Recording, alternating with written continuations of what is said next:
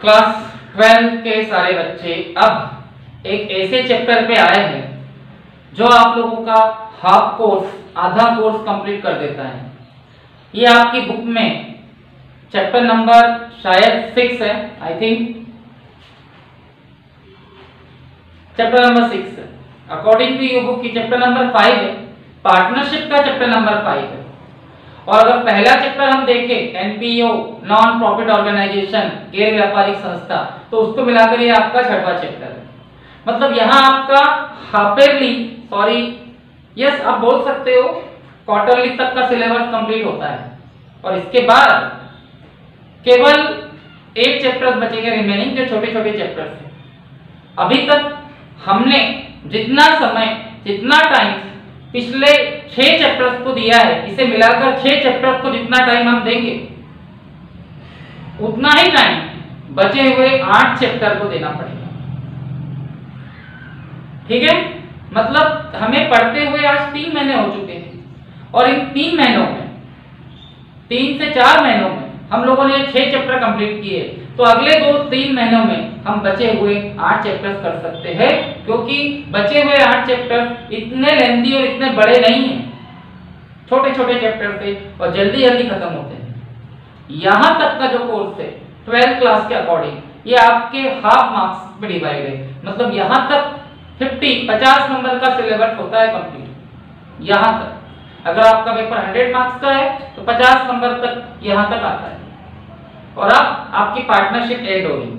ठीक है, बात करें इस चैप्टर की, तो आपका जो पहली यूनिट थी एनपीओ, नॉन प्रॉफिट ऑर्गेनाइजेशन, वो एक पूरी की पूरी यूनिट थी, यानी वो एक चैप्टर पूरी एक यूनिट थी, 10 नंबर की 10 मार्क्स की। सेकेंड चैप्टर सामान्य साझेदारी सिद्धांत, प्रिंसिपल ऑफ पार्टनरशिप, ये भी एक सेपरेट यूनिट, एक अलग इकाई थी, 10 नंबर की 10 मार्क्स। फिर थर्ड यूनिट में 3 चैप्टर्स हैं, एडमिशन ऑफ पार्टनर, नए साझेदार का प्रवेश, रिटायरमेंट ऑफ पार्टनर, साझेदार का अवकाश ग्रहण और रिकंस्टिट्यूशन ऑफ पार्टनरशिप, साझेदारी फर्म का पुनर्गठन। इसलिए रिटायरमेंट ऑफ पार्टनर पे हम लोगों ने ज्यादा फोकस नहीं किया, फॉर्मेलिटी के लिए कुछ क्वेश्चंस किए, बाकी रिकंस्टिट्यूशन, पुनर्गठन और एडमिशन का प्रवेश के पूरे क्वेश्चंस, पूरे थ्योरी, पूरे ऑब्जेक्टिव्स पे ध्यान दिया है। इस चैप्टर की बात करें तो ये आपकी एक सेपरेट यूनिट है। मैंने पहले ही बोला था कि ये चैप्टर आपके लिए करना बहुत जरूरी है। ये एक सेपरेट यूनिट है, पूरी 10 नंबर की 10 मार्क्स की यूनिट है और एग्जाम में इसका क्वेश्चन डेफिनेटली आता ही है। आज तक ऐसा कोई पेपर नहीं है बोर्ड एग्जामिनेशन का 12th क्लास का अकाउंटेंसी का जिसमें इसका क्वेश्चन और थ्योरी ना पूछी गई। ये चैप्टर 10 मार्क्स का है, जिसमें से सीधे सीधे 4 मार्क्स के तो ऑब्जेक्टिव आते हैं और 3 मार्क्स के 2 क्वेश्चन आते हैं। ठीक है, according to new syllabus 3 marks के 2 क्वेश्चन आते हैं और 4 मार्क्स के ऑब्जेक्टिव आते थे। और अभी इससे पहले जो सिलेबस था उसके हिसाब से इसका 6 मार्क्स का एक क्वेश्चन आता था और 4 मार्क्स के ऑब्जेक्टिव आते थे। क्वेश्चन पे जाने के लिए हमें थोड़ा बहुत थ्योरिकल ऑप्शन समझना पड़ेगा। तो आपके चैप्टर का नाम है रिजोल्यूशन ऑफ पार्टनरशिप, साझेदारी फर्म का विघटन। विघटन मतलब समापन, यानी अच्छी भली पार्टनरशिप चल रही है, अचानक से बंद हो गई। तो बच्चे बोलेंगे सर अचानक से पार्टनरशिप क्यों बंद हो गई, क्या हो गया इनको कुछ नहीं हुआ। कुछ कंडीशंस ऐसी होती है कि अच्छी भली चल रही पार्टनरशिप को बंद करना पड़ता है। ठीक है, आपको में पार्टनरशिप बंद क्यों होती है, साझेदारी का विघटन क्यों होता है, पार्टनरशिप की एंडिंग क्यों होती है, ये बताने के पहले यहां मैं 2 शब्द समझाना चाहता हूं, 2 वर्ड्स। ये 2 वर्ड है फर्म का समापन, रिजोल्यूशन ऑफ फर्म, साझेदारी का समापन, रिजोल्यूशन ऑफ पार्टनरशिप। ये दोनों अलग अलग चीज है, ये दोनों एक नहीं है, ये दोनों डिफरेंट है, अलग अलग। फॉर एग्जांपल समझाता हूं मैं आपको, जैसे एक दुकान है, ठीक है, उसमें 3 पार्टनर काम कर रहे हैं, एक पार्टनर छोड़ के चला गया, बाकी के 2 पार्टनर उसको उसी नाम से चला रहे, तो ये साझेदारी का समापन है, रिजोल्यूशन ऑफ पार्टनरशिप। यहाँ साझेदार पार्टनर अलग होता है, फर्म चल रही है उसी नाम से, उसी बिजनेस को वही 2 लोग, बाकी के 2 लोग चला रहे हैं। और अगर वो तीनों पार्टनर अलग अलग हो जाए, दुकान को हमेशा के लिए लॉक लगा दे, ताला लगा दे, बेच दे किसी को, ये कहलाएगा फर्म का समापन, रिजोल्यूशन ऑफ फर्म। ठीक है, तो इन दोनों में बहुत बड़ा फर्क है, दोनों बहुत बड़ा अंतर है। यदि कोई साझेदार, यदि कोई पार्टनर किसी कारण से, एनी रीजन, बहुत सारे कारण हो सकते हैं, बहुत सारे रीजन होते हैं, बीमार हो सकता है, पागल हो सकता है, मेंटली डिस्टर्ब हो सकता है, झगड़ा हो सकता है, उनमें आपस में बन नहीं रही हो सकता है उसमें कोई केस हो गया हो, किसी भी कारण से यदि कोई साझेदार, यदि कोई पार्टनर बिजनेस छोड़ के जा रहा है, व्यापार छोड़ के जा रहा है, तो ये कंडीशन, ये परिस्थिति कहलाती है साझेदारी का समापन, डिसॉल्यूशन ऑफ पार्टनरशिप। ऐसी कंडीशन में व्यापार, बिजनेस, बचे हुए पार्टनर उसी नाम से आगे चलाएंगे, उसी व्यापार को, उसी बिजनेस को आगे चलाएंगे। यहां सिर्फ पार्टनर अलग हो रहा है, पार्टनर्स अलग हो रहे हैं, फर्म चल रही है, उसी नाम से बिजनेस चल रहा है। और अगर सभी साझेदार आपस में मिलकर दुकान को ही ताला लगा दे, बिजनेस ही बंद कर दे, लॉक कर दे और अलग अलग हो जाए, अपने संबंध तोड़ दे, रिलेशन तोड़ दे, ये कहलाता है फर्म का समापन, डिसॉल्यूशन ऑफ फर्म। दोनों चीजें अलग है, ठीक है। अगर आप बुक की बात करेंगे तो आपकी बुक में भी इन दोनों में डिफरेंस दिया है, ठीक है, बताता हूं।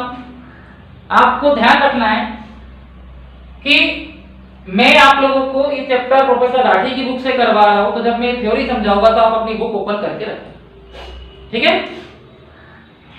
साझेदारी का समापन, डिसॉल्यूशन ऑफ पार्टनरशिप, यानी ये वो कंडीशन है जहां एक पार्टनर अपनी फर्म को छोड़ के जा रहा है, एनी रीजन, कोई भी कारण हो सकता है, और वो फर्म को छोड़ के चला जाता है, बाकी के पार्टनर फर्म को उसी नाम से आगे चलाते हैं, ये कहलाता है साझेदारी का समापन, डिसॉल्यूशन ऑफ पार्टनरशिप। ऐसी कंडीशन में फर्म समाप्त नहीं होती, फर्म बंद नहीं होती, केवल पार्टनरशिप टूटती है, साझेदारी टूटती है, इसलिए इसे कहते हैं डिसॉल्यूशन ऑफ पार्टनरशिप, साझेदारी का समापन। बाकी के पार्टनर उसे एज इट इज चलाते हैं।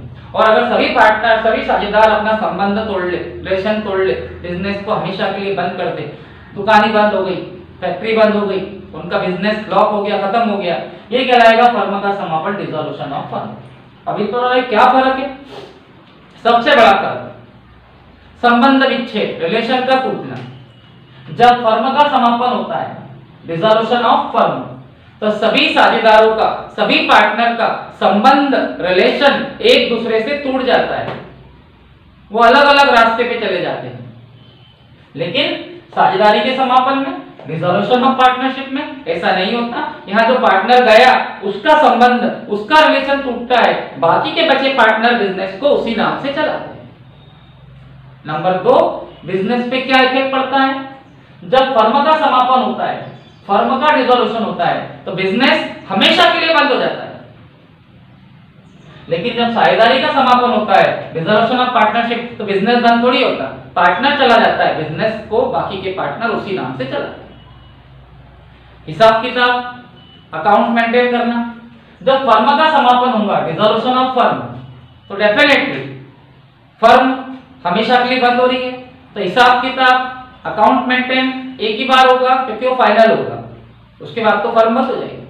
लेकिन जब साझेदारी का समापन होता है, डिसॉल्यूशन ऑफ पार्टनरशिप, तो हिसाब किताब एक ही बार नहीं होगा, जो पार्टनर जाएगा उसका हिसाब किताब करेंगे, बाकी का हिसाब किताब, बाकी के अकाउंट मेंटेन होते रहेंगे जैसे हमेशा होते आए, ठीक है। उसके बाद अनिवार्यता, मतलब कंपलसरी क्या है? जब फर्म समाप्त होती है, फर्म एंड होती है, तो पार्टनरशिप का एंड होना कंपलसरी है। फर्म समाप्त हो रही है तो साझेदारी भी समाप्त होगी, दुकान को ही ताला लग गया तो पार्टनर पार्टनर थोड़ी कहलाएंगे, भाई दुकान ही बंद हो गई, काय के पार्टनर? यानी जब फर्म समाप्त होती है, फर्म डिसॉल्व होती है, तो पार्टनर के संबंध भी टूट जाते हैं, साझेदारों के संबंध, पार्टनर के रिलेशन भी टूट जाते हैं। फर्म की समाप्ति पर, फर्म के डिसॉल्यूशन पर पार्टनरशिप भी डिसॉल्व हो जाती है। लेकिन साझेदारी के समापन पर, पार्टनरशिप के डिसॉल्यूशन पर फर्म डिसॉल्व नहीं होती, फर्म तो चलते रहती है, फर्म चल रही है, दूसरे पार्टनर उसे चला रहे हैं। बात करें अकाउंटेंसी की, तो जब कोई साझेदार जाता है, जब कोई पार्टनर जाता है, ये कहलाता है साझेदारी का समापन, डिसॉल्यूशन ऑफ पार्टनरशिप। और ऐसी कंडीशन में रिवैल्यूएशन अकाउंट, पुनर्मूल्यांकन खाता बनता है, जो आपने पिछले चैप्टर में बनाया। लेकिन जब फर्म का समापन होता है, डिसॉल्यूशन ऑफ फर्म, तो ऐसी कंडीशन में एक नया खाता, एक नया अकाउंट बनता है, जिसे कहते हैं वसूली खाता, रियलाइजेशन अकाउंट, जो हम सीखने वाले हैं। उसमें सारी एसेट्स को, सारी संपत्तियों को बेचा जाता है और उससे जो पैसा आता है उससे अपना कर्जा उतारा जाता है और बचे हुए प्रॉफिट को पार्टनर आपस में बांट के अपने अपने घर, अपने अपने रास्ते निकल जाते हैं। ये इसमें फर्क है। तो आप लोग बुक में ये डिफरेंस देखिए, ठीक है। ये दोनों चीजें एक नहीं है, ये दोनों चीजें अलग अलग है, ठीक है। अब मैं आपको समझा रहा हूं साझेदारी समापन की दशा है, मेथड्स ऑफ डिसोल्यूशन। ये डिसोल्यूशन क्यों होता है, कैसे होता है, इसकी क्या दशाएं हैं, इसकी क्या कंडीशंस है। बच्चे पूछेंगे सर क्यों होता है, बहुत सारे रीजन है। सबसे पहला reason, without the intervention of court, बिना न्यायालय के हस्तक्षेप के। भाई एक बात मुझे बताएं, हमने आज से 2 महीने पहले पार्टनरशिप चालू की थी, मतलब पढ़ाने की बात कर रहा हूं, तो क्या हमने कोर्ट से परमिशन ली थी? नो। 4 पार्टनर, 2 पार्टनर, 3 पार्टनर आपस में बैठ गए, समझौता कर लिया, एग्रीमेंट कर लिया और बस पार्टनरशिप चालू हो गई। तो पार्टनरशिप तोड़ने के लिए कोर्ट की क्या जरूरत है? जब आपने पार्टनरशिप चालू की थी तो बिना कोर्ट के हस्तक्षेप के, बिना कोर्ट के, बिना न्यायालय के बीच में आए चालू कर दी थी। उनसे अनुमति लेने की, उनसे परमिशन लेने की आपको जरूरत ही नहीं पड़ी थी। आप आपस में बैठ गए, आपस में आपने डिसाइड किया, एग्रीमेंट बनाया, समझौता बनाया और आपकी साझेदारी चालू हो गई, आपका बिजनेस चालू हो गया। अब आपको बिजनेस हमेशा के लिए बंद करना है तो आप न्यायालय की शरण में कोर्ट के पास क्यों जा रहे हैं? उसी प्रकार बैठ जाओ और बंद कर दो। बोलने का मतलब यही है कि बिना न्यायालय के हस्तक्षेप के, विदाउट इंटरवेंशन ऑफ कोर्ट, आप बिजनेस को बंद कर सकते हैं, क्योंकि आपकी साझेदारी का जन्म, आपकी पार्टनरशिप का जो जन्म हुआ है वो अनुबंध से हुआ है, कॉन्ट्रैक्ट से हुआ है, ठीक है। आपकी पार्टनरशिप जो पैदा हुई है वो अनुबंध से, कॉन्ट्रैक्ट से हुई है। तो उसको बंद जब करना है तो एक जगह बैठ जाओ, कॉन्ट्रैक्ट कर लो, बंद कर लो। मतलब अगर आपको बिना कोर्ट के, बिना न्यायालय के हस्तक्षेप के पार्टनरशिप को बंद करना है तो सहमति समझौते द्वारा, बाय एग्रीमेंट, मतलब ऐसी कंडीशन में आप एग्रीमेंट कर ले, आपस में बैठ जाए, आपस में समझौता कर ले, आपस में डिसाइड कर ले, आपस में एक अनुबंध तैयार कर ले, कॉन्ट्रैक्ट तैयार कर ले और उस कॉन्ट्रैक्ट के माध्यम से पार्टनरशिप को हमेशा के लिए बंद कर दे। कोर्ट के पास जाने की कोई जरूरत नहीं। क्लियर हुआ? सेकेंड कंडीशन है कंपल्सरी डिसोल्यूशन, अनिवार्य समापन। यानी ये ऐसी कंडीशन है जहां पार्टनरशिप को बंद करना ही पड़ेगा, भले ही आपका प्रॉफिट हो रहा हो।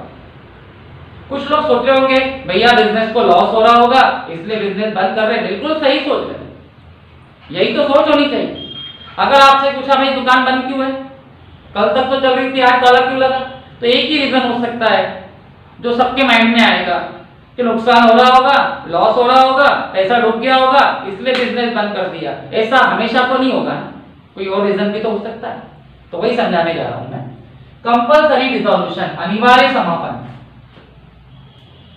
इंसॉल्वेंसी, दिवालिया। इंसॉल्वेंसी क्या होता है, दिवालिया क्या होता है? मतलब ये जो 1, 2, ये 2 दशाएं हैं, 2 कंडीशंस है। इन दोनों दशाओं में, इन दोनों कंडीशंस में बिजनेस का, व्यापार का अनिवार्य समापन, कंपल्सरी डिसोल्यूशन करना ही पड़ता है। बिजनेस को बंद करना ही पड़ता है, फिर चाहे आपके बिजनेस को फायदा ही क्यों ना हो रहा हो।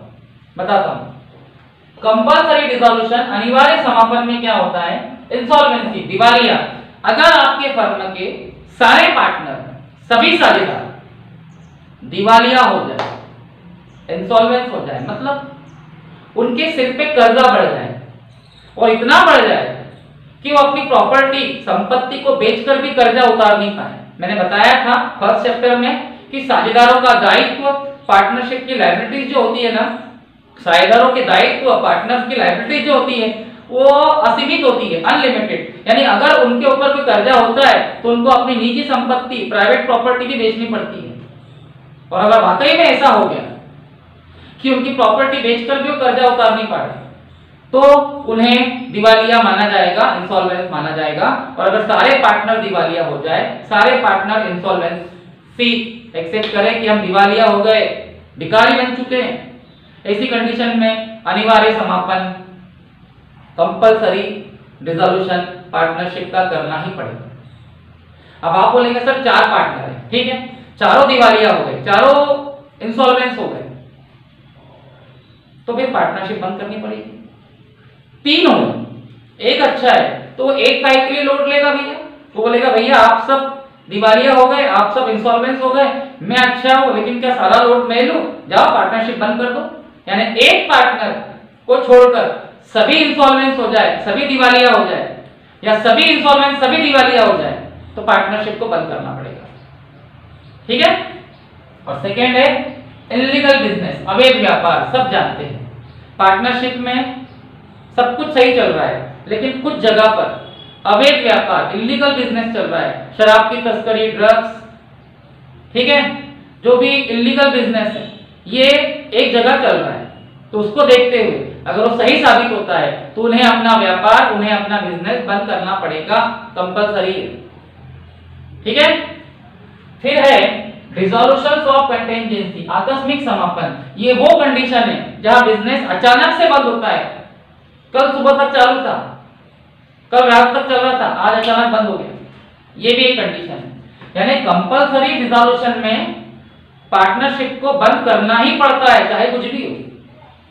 और डिसॉल्यूशन ऑफ कंटिजेंसी, आकस्मिक समापन में साझेदारी अचानक से, पार्टनरशिप अचानक से चलते चलते बंद हो जाती है। जैसे डेथ, मृत्यु, दो पार्टनर है, कल शाम तक उन्होंने बिजनेस चलाया और आज सुबह अचानक से एक साझेदार की मृत्यु हो गई, एक पार्टनर ऑफ हो गया, ऐसी कंडीशन में पार्टनरशिप एंड हो जाएगी। सिंपल सी बात है। इंसॉल्वेंसी ऑफ पार्टनर, दो पार्टनर है, उसमें से सभी पार्टनर दिवालिया हो गए या एक पार्टनर दिवालिया हो गया, इंसॉल्वेंस हो गया, पार्टनरशिप बंद करनी पड़ेगी। एक्सपायरी ऑफ पीरियड, समय समापन, ये क्या होता है भैया? हो सकता है दो या तीन लोगों ने किसी समय विशेष के लिए, किसी स्पेशल टाइम के लिए एक बिजनेस चालू किया हो। जैसे तीन दोस्तों ने मिलकर गर्मी के मौसम में फरवरी महीने में कोल्ड ड्रिंक्स की एक छोटी सी दुकान मार्केट में खोली पार्टनरशिप में, ठीक है। और उस समय ये समझौता किया, उस समय एग्रीमेंट किया कि जब तक गर्मी का सीजन है तब तक हम ये पार्टनरशिप को चलाएंगे। तो बस फरवरी, मार्च, अप्रैल, मई, जून, 5 महीने गर्मी रही, तो छठवां महीना जुलाई पकड़ लो, जुलाई में भी गर्मी होती है। ये 6 महीने गर्मी का सीजन रहा और अगस्त में बारिश चालू हो गई, गर्मी समाप्त हो चुकी है। अब लोग कोल्ड ड्रिंक पीना पसंद नहीं करते, बिजनेस अपने आप खत्म हो जाएगा क्योंकि उनका कॉन्ट्रैक्ट था। जितने दिन हम लोगों ने कोल्ड ड्रिंक की दुकान चलाई, गर्मी के मौसम में, गर्मी का मौसम जाने के बाद वो दुकान बंद हो जाएगी। बोलने का मतलब जब कोई साझेदारी किसी समय विशेष के लिए, किसी टाइम पीरियड के लिए खोली जाती है तो समय समाप्ति पर, एक्सपायरी ऑफ पीरियड, समय समाप्ति पर, समय खत्म होने पर वो पार्टनरशिप बंद हो जाती है। ये कंडीशन है डिसॉल्यूशन ऑफ कंटिजेंसी, अनिवार्य समाप्ति।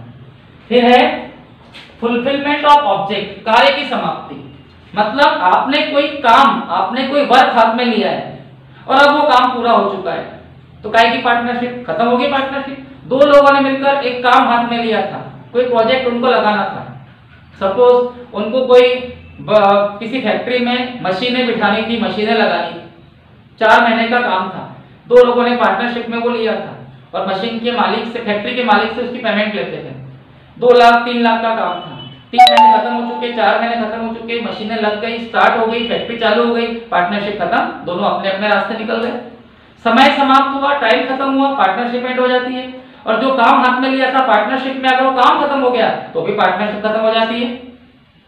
फिर है रेजिग्नेशन ऑफ पार्टनर। अगर कोई पार्टनर, अगर कोई साझेदार खुद अपनी सहमति से, अपनी इच्छा से फर्म से त्याग कर देता है, रेजिग्नेशन दे देता है, त्याग पत्र दे देता है, ठीक है, अलग हो जाता है, तो इसी कंडीशन में भी अनिवार्य समापन, आकस्मिक समापन, कंटिजेंसी रिजोल्यूशन हो जाता है। कुछ और भी कंडीशंस है, बता रहा हूं।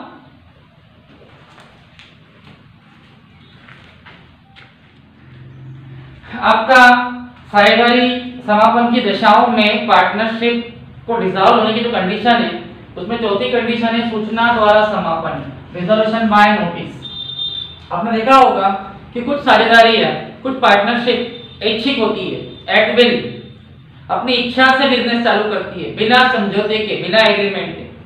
और अगर ऐसी साझेदारी, ऐसी पार्टनरशिप एंड हो रही है तो ऐसी कंडीशन में वो सभी साझेदार, वो सभी पार्टनर एक दूसरे को सूचना देकर, एक दूसरे को नोटिस देकर पार्टनरशिप को एंड कर सकते हैं। और जिस दिन सभी पार्टनर एक दूसरे को सूचना, नोटिस पहुंचा देंगे, उस दिन से वो साझेदारी बंद मानी जाएगी, पार्टनरशिप एंड मानी जाएगी। ये है सूचना द्वारा समापन, डिसॉल्यूशन बाय नोटिस। और ऐसा ऐच्छिक साझेदारी में होगा, ठीक है, ऑप्शनल पार्टनरशिप में होगा। फिर है न्यायालय के आदेश पर, बाय कोर्ट ऑर्डर। ऐसी कौन कौन सी कंडीशन है जहां कोर्ट आकर, न्यायालय आकर पार्टनरशिप को, साझेदारी को बंद करने का ऑर्डर देता है? ठीक है, सबसे पहली कंडीशन है साझेदार के पागल होने पर, partner is of unsound mind. एक साझेदार, एक पार्टनर पागल हो गया, अजीब अजीब हरकतें कर रहा है, बाकी के साझेदारों को, बाकी के पार्टनर्स को उससे प्रॉब्लम है, वहां आसपास के लोगों को उससे प्रॉब्लम है, तो उन सब में से कोई भी एक व्यक्ति कोर्ट में केस करेगा, वाद प्रस्तुत करेगा, और इसी कंडीशन में न्यायालय, कोर्ट उसे बंद करने का आदेश दे देगा, ऑर्डर दे देगा कि बंद करो इसे, पागल घूम रहा है। समझ में आया? उसके बाद किसी साझेदार के अयोग्य होने पर, इनकेपेबिलिटी ऑफ अ पार्टनर, कोई साझेदार अयोग्य हो जाए, कोई पार्टनर इनकेपेबल हो जाए, उसके ऊपर किसी प्रकार की कोई धारा, कोई एक्ट आ जाए, कोई केस आ जाए उसके ऊपर, तो ऐसी कंडीशन में न्यायालय में वाद प्रस्तुत करने पर, कोर्ट में केस रखने पर उस पार्टनरशिप को बंद कर दिया जाएगा बाय ऑर्डर ऑफ कोर्ट। ठीक है। साझेदार द्वारा दुराचरण पर, मिसकंडक्ट ऑफ पार्टनर, पार्टनरशिप में अगर कोई साझेदार, साझेदारी में अगर कोई पार्टनर दुराचरण करता है, कोई ऐसा व्यवहार करता है, ऐसा बिहेवियर करता है जिससे ग्राहकों को या आसपास के सामाजिक लोगों को कोई परेशानी आती है, दुराचरण करता है, किसी प्रकार की मारपीट, गाली गलौज करता है, या किसी प्रकार का कोई अलग बिहेवियर, अलग व्यवहार करता है, ऐसी कंडीशन में न्यायालय में वाद प्रस्तुत करने पर, कोर्ट में केस दायर करने पर उस पार्टनरशिप को बंद किया जा सकता है। ठीक है। ठहराव भंग होने पर, ब्रेच ऑफ एग्रीमेंट, पार्टनरशिप में एग्रीमेंट बनते हैं, समझौता तैयार होता है, और अगर किसी साझेदार द्वारा, अगर किसी पार्टनरशिप में किसी पार्टनर के द्वारा उस समझौते को, उस एग्रीमेंट को तोड़ा गया है, उसके विपरीत, उसके ऑपोजिट कोई काम किया गया है, या उसका पालन नहीं किया गया, उसको फॉलो नहीं किया गया, तो ऐसी कंडीशन में कोर्ट में वाद प्रस्तुत करने पर, कोर्ट में केस दाखिल करने पर कोर्ट उसे बंद कर सकती है। बट शर्त है कि इन सब कंडीशन में कोर्ट में किसी ने वाद प्रस्तुत करना चाहिए, कोर्ट में किसी ने केस दाखिल करना चाहिए, तभी तो कोर्ट आएगी। कोर्ट को क्या मालूम पड़ रहा है कि क्या हो रहा है। ठीक है। अपना भाग दूसरों को हस्तांतरित करना, मैंने आपको बताया था कि साझेदार, पार्टनर अपना हिस्सा, अपना पार्ट किसी को दे नहीं सकते, पहली पार्टनरशिप पे मैंने समझाया था। और अगर अपने पार्ट को, अपने पार्ट को, अपने हिस्से को साझेदार ने किसी को दिया है, तो इसी कंडीशन में कोई और साझेदार, कोई और पार्टनर वाद प्रस्तुत करने पर, केस दाखिल करने पर पार्टनरशिप को कोर्ट के थ्रू बंद करा सकता है। ठीक है। Transfer of his interest. ठीक है। और लगातार हानि होना, कंसिस्टेंट लॉस, पार्टनरशिप बिजनेस में लगातार हानि हो रही, लॉस से लॉस हो रहा, लाभ होने की संभावना नहीं है, प्रॉफिट हो ही नहीं रहा, तो इसी कंडीशन में न्यायालय में वाद प्रस्तुत होगा, कोर्ट में केस दाखिल होगा और पार्टनरशिप बंद हो जाएगी। अब ये तो होगी दशा है, अब इनके प्रभाव क्या होंगे, इनके इफेक्ट्स क्या होंगे, ये भी एक इंपॉर्टेंट चीज है। जब साझेदारी का अंत होता है, जब पार्टनरशिप बंद होती है, तो उसका प्रभाव क्या होता है? तो सबसे पहला इफेक्ट, साझेदारों के संबंध टूट जाते हैं, पार्टनर के रिलेशन टूट जाते हैं। दूसरा, साझेदार, पार्टनर अपने अपने बिजनेस में लग जाते हैं, वो अपना स्वयं का ऑन बिजनेस करते हैं, खुद का व्यापार करते हैं। वो फर्म की सारी संपत्ति या सारी एसेट जो उन्होंने खरीदी थी या बनाई थी, जैसे बिल्डिंग वगैरह, मशीनें, बेच देते हैं। भाई क्यों रखेंगे, वो बेचना ही पड़ेगा उनको, बिजनेस भी बंद हो रहा।